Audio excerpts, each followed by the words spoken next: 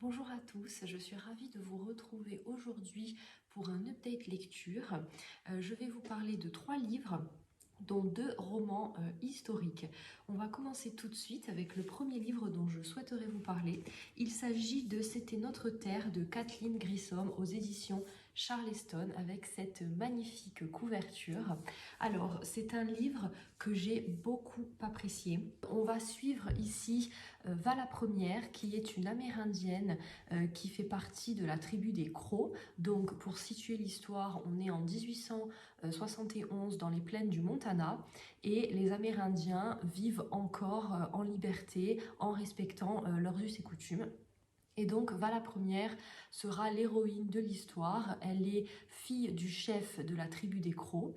Et donc quand l'histoire débute, elle est censée épouser Gros Nuage, qui est donc un brave, comme il l'appelle dans le livre. Malheureusement, Gros Nuage va périr lors d'une chasse au bison. Je ne vous dévoile rien en vous disant cela, puisque c'est même écrit sur la 4e de couverture. C'est vraiment le tout début de l'histoire.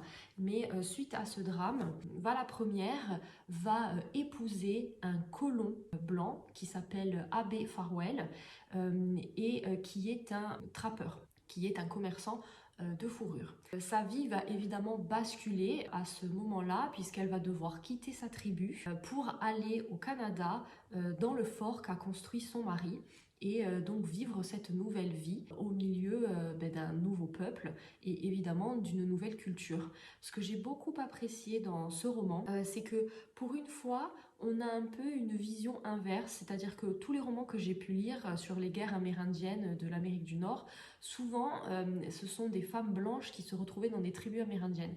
Là, c'est totalement l'inverse et c'était intéressant de voir comment Vala Première, qui va être rebaptisée suite à son mariage et qui va donc s'appeler Marie, et donc comment Marie va devoir s'adapter, va devoir s'acclimater à cette nouvelle culture. C'est une héroïne très attachante et ce roman a d'autant plus de force que c'est une histoire vraie puisque c'est une figurine féminine qui a réellement existé et donc Kathleen Grissom, l'autrice, nous explique à la fin du livre ses recherches, comment elle a mené, donc elle a enquêté sur la vie de cette femme, elle a rencontré son arrière-petite-fille, elle a rencontré des historiens crocs, donc c'est extrêmement bien documenté. Donc ça va être un régal de suivre les aventures de cette jeune femme qui va devoir donc, comme je vous le disais, s'adapter à tous ces changements et qui va vivre un mariage heureux, tout du moins au début. Elle ne va pas être mariée de force, ça va être son choix. Et ça va être une véritable rencontre avec son mari. Le mari est aussi une figure, je trouve, importante dans ce livre, puisque ça va nous dépeindre la déchéance d'un homme. Donc je ne veux pas vous en dire trop. Ça va malheureusement pas très bien se terminer pour ce couple. L'autrice arrive véritablement à nous emmener avec elle dans les plaines du Montana, à nous emmener dans ce Ouest américain que pour ma part j'aime énormément. Ce que j'ai trouvé un petit peu dommage néanmoins dans ce livre, c'est qu'elle va, donc il est assez épais, hein, vous voyez, hein, il fait presque 500 pages, donc il est assez épais, c'est quand même une brique.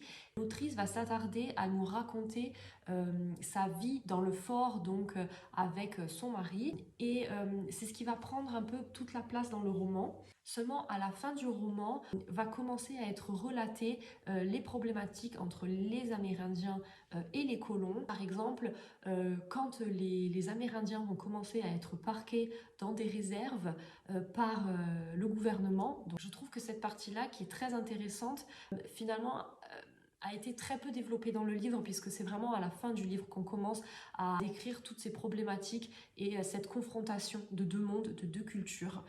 Voilà, donc ça j'ai trouvé un peu dommage, j'aurais aimé que ce soit un peu plus développé. Surtout que c'est à ce moment-là que Marie, évidemment, va rencontrer de plus en plus de problèmes avec son mari parce que son peuple va commencer à périr.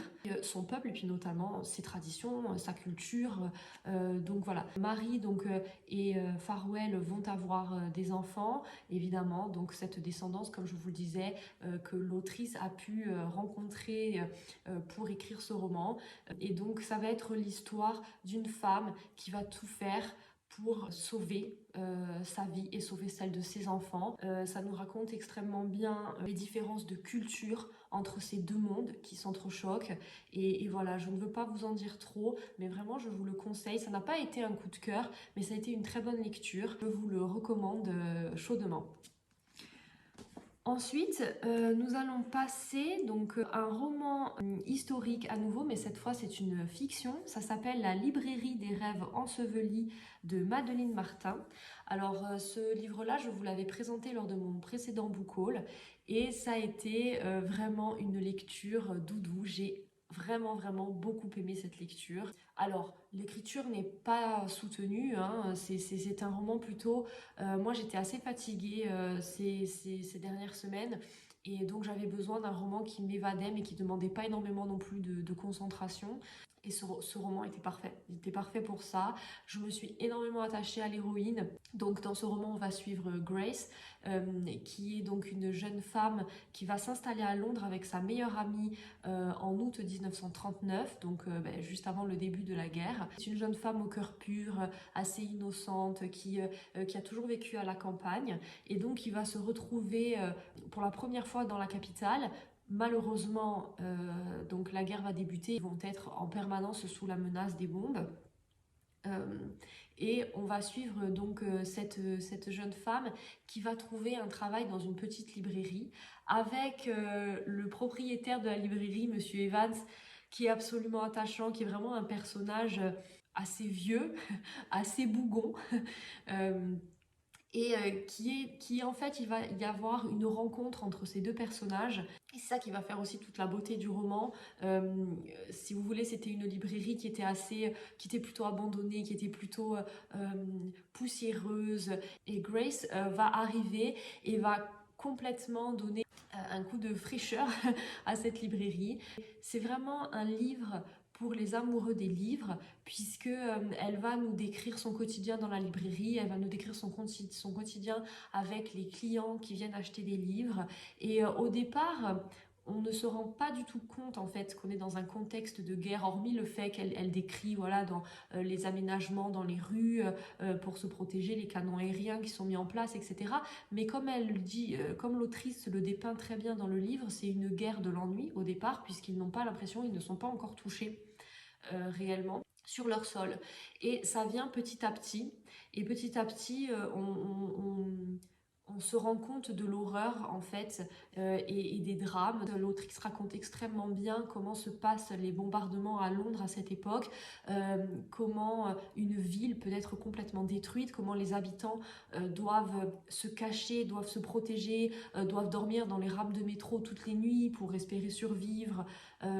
Donc c'est extrêmement, j'ai trouvé que c'était bien mené, mais c'est un roman tout en douceur également. Donc si vous voulez, l'héroïne nous amène dans son cocon avec cette librairie, ce qui fait que ça reste quand même une lecture très cocooning, vraiment. Et moi, j'ai beaucoup apprécié. Tout le travail de Grace va être d'essayer de survivre et de mettre du baume au cœur à tous les habitants de son quartier grâce à cette librairie et grâce aux livres. Donc on va suivre les aventures au jour le jour de cette héroïne avec les habitants de ce quartier. On va relater l'histoire du pouvoir des livres, de comment on peut se raccrocher quand on n'a plus rien, quand on vit absolument l'indicible, comment finalement la littérature peut nous sortir de cette réalité et continuer de nous faire un petit peu rêver. Donc je ne veux pas vous en dire trop, mais vraiment je vous le conseille, surtout maintenant avec la fin de l'été et le début de l'automne qui arrive. Je trouve que c'est un roman cocooning. On découvre Londres aussi, moi ça m'a donné envie de retourner à Londres et de visiter toutes les vieilles librairies que je pourrais trouver sur mon chemin. Donc vraiment je vous le conseille si vous avez besoin d'un livre où vous évadez et qui fait du bien. Je vous le conseille vivement. Pour finir, je vais vous parler de La librairie sur la colline d'Alba Donati. Donc c'était également un livre que je vous avais présenté lors de mon précédent book haul. Et malheureusement, ça ne l'a pas fait pour moi. J'ai été très déçue de ne pas aimer cette lecture parce que j'en attendais beaucoup, peut-être un peu trop. Pour tout vous dire, ça a été un abandon. J'ai lu la moitié et puis je me suis arrêtée parce que je n'avais vraiment pas de plaisir à lire ce livre. C'est dommage parce qu'il avait quand même du potentiel. Donc pour vous resituer l'histoire, on va suivre Alba Donati. Donc c'est un roman autobiographique sous forme de journal intime. Donc une femme de 50 ans qui va décider d'ouvrir une petite librairie dans son village natal en Toscane. En fait, ce qui m'a dérangée dans ce roman, c'est que c'était très fouillis. Si vous voulez, l'autrice raconte sa vie, explique les liens familiaux, explique un peu son passé familial, mais dans le désordre. Et il y a énormément de protagonistes, elle cite énormément de gens de sa famille, l'histoire de sa mère, mais c'est pas dans un ordre chronologique, ce qui fait qu'au bout d'un moment, enfin moi je me suis perdue. Je me suis perdue avec tous ces personnages et se rajoute à ça des citations. Elle parle également, elle évoque beaucoup d'écrivains italiens. Alors je ne suis pas très friande de littérature italienne, donc je ne connaissais pas tous les auteurs qu'elle citait, et au bout d'un moment, ça m'a aussi fatiguée d'avoir toutes ces références à des auteurs que je ne connaissais pas. Il y en avait beaucoup trop en fait, il y en avait trop. Les seuls moments qui m'ont permis de continuer de lire au moins la moitié, c'était vraiment quand elle expliquait comment elle avait réussi à ouvrir cette petite librairie, son amour pour la littérature, vraiment comment elle a fait pour reconstruire cette librairie après l'incendie. Donc voilà, en fait, tous les passages ayant attrait à la littérature, aux livres, à cette librairie m'ont plu. Mais malheureusement, voilà, le reste ne m'a pas convaincue et ça devenait une lecture contraignante. Donc voilà, ce fut un abandon, donc ce n'est pas un livre que je vous recommande. C'est tout pour cette update lecture, j'espère que ça vous aura plu. Je reviendrai donc très bientôt pour une nouvelle vidéo et d'ici là, je vous souhaite de très bonnes lectures. À bientôt!